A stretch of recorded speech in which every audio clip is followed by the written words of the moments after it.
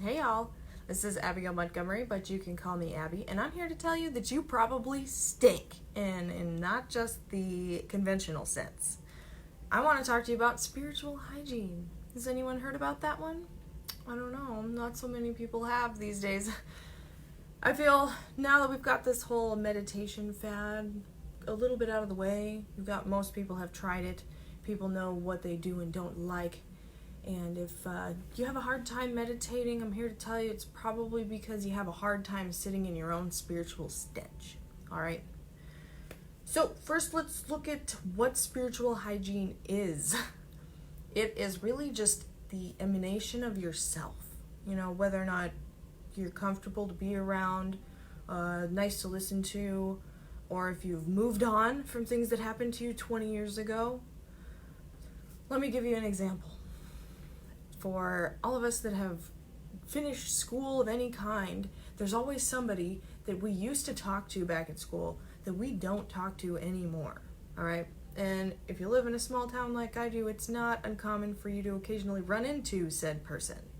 And then you're like, oh, hey, we used to be good friends. Why don't we talk anymore? Let's hang out sometime. And in the rare event that you do actually see them again, it only takes about 5 or 10 minutes of talking to them to realize and remember why you stopped talking to them in the first place, right?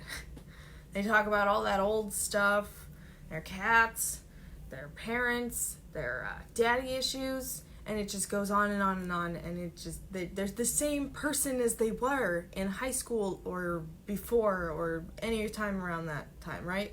They didn't change at all. And that is because their mindset stayed the same, their viewpoint on life stayed the same, their spiritual status stayed the same. They just overall didn't move anywhere. And that is a spiritual stagnation. And if you've ever been around a pool of water that stays stagnant for a while, you realize it starts to smell. You know, mosquitoes lay their eggs in there and it can become beautiful, but usually it's not. Okay, how do you want to avoid doing this yourself? We got to look at what your 3 healths are. Your mental health, your physical health, and your spiritual health. So, it's important because we want to make sure that we make the most out of life, right? If you are uninspired, okay, if you are bored with life, if you feel like you're not going anywhere, then you should look at spiritual health, really, and your hygiene overall. I mean, figure out what's stuck where and why, okay? And first we'll start with your mental health, okay? What do you think about when you look in the mirror? Are you telling yourself that you're ugly and horrific and why would anybody love you? Okay, stop it. Knock it off. There's no, perfection is not perfection, because if everyone was perfect, no one would know what perfect was. Okay, imperfection is perfection, so stop thinking of yourself anything less than that, okay? Thank you. Then you've got your spiritual health, which, you know, everybody's kind of into all the meditation and energy work and crystals and everything shiny and people suddenly a witch, you know? There's just all this different stuff happening that didn't seem to be happening before. You know, I want you to find something that inspires you. Really, that's all it is. Spiritual health very much comes down to whether or not you feel good about where you are in your journey, whether or not it's in this lifetime, the next lifetime, the past lifetime. You just want to be feeling like you're moving forward at some point or another.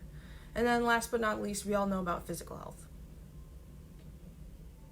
Everything about physical health is pretty cut and dried. Make sure you're drinking at least a gallon of water a day, get a walk in, don't eat too many Cheetos, stuff like that. I don't have to tell you about that one. A lot of these things are cliche, but I'm telling you right now, things get to be cliche because they're true. It's a hard fact to accept, I know. But how you can work with your spiritual hygiene is, you know, you can start looking at your past traumas and your reactions to them, and if they're still bothering you. Same with your clothes and your environment. If you're walking into your house thinking the same terrible thoughts about that stain on the carpet or whether or not your car is the car that you want, you need to start reevaluating why you feel those ways and stop letting them just toxify everything about your mood, your feelings. If you're just in a grumpy mood all the time, who's going to want to be around that? Nobody. Just stop. And I know that's easier said than done, but really, you need to stop letting your life control how you feel, because you can control how you feel. Believe it or not, you are in control of that. You need to start taking responsibility of it. Start moving forward.